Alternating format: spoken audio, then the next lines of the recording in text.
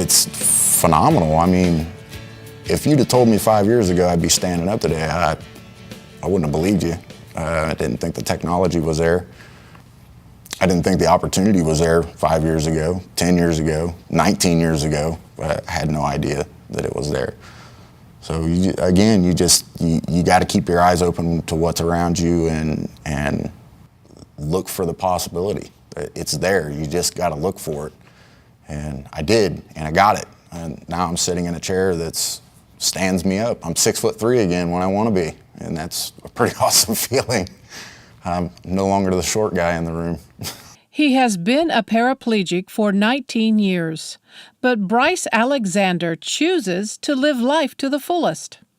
When he was 22 years old and living in Ohio, Bryce was in a truck accident that left him with a broken back. He never walked again. As he started the journey of rehabilitation, Bryce battled thoughts of depression and despair. He says his motivation to live came from his little boy. You know, here's this little 1-year-old little boy, and he crawled up to my lap, and I looked down at him, and the first thought that I got was, if I give up now, it's the only thing I'm gonna ever teach this kid. And that kind of changed things for me, because I did want to give up. I left the hospital. I had no intentions of doing anything. I really wanted to give up. It sucked. I lost everything, and at least I felt that way. So that changed things. The kid kind of saved my life. Bryce moved to Gautier, Mississippi a couple of years ago to avoid the Ohio winters. When he decided to go back to school, the Mississippi Department of Rehabilitation Services worked with him to get the equipment he needed for his dream job as a precision machinist. He came to us and he told me about his vocational goal, which he selected as to be a machinist.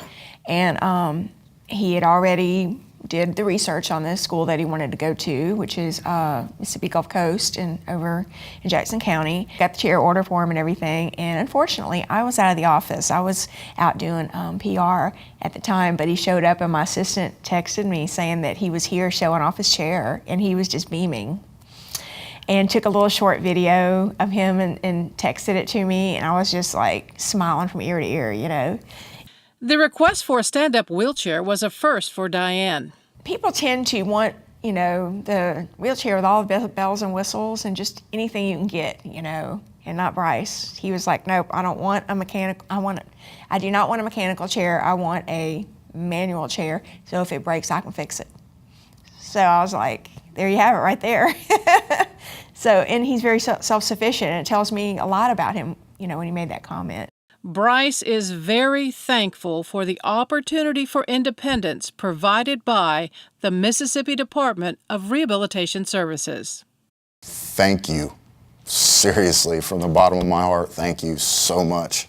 It's not hard to shed a couple tears of joy for it. Seriously, the day I got the chair, I mean,